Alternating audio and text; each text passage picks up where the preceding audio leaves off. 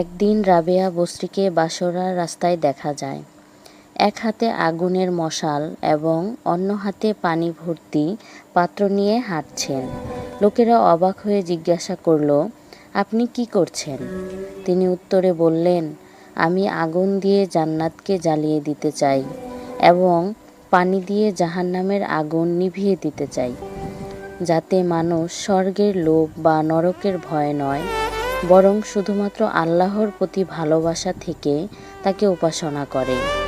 হে আল্লাহ, যদি আমি তোমার জাহান্নামের ভয়ে উপাসনা করি তবে আমাকে জাহান্নামে দাও, যদি জান্নাতের লোভে উপাসনা করি তবে আমাকে জান্নাত থেকে বঞ্চিত করো।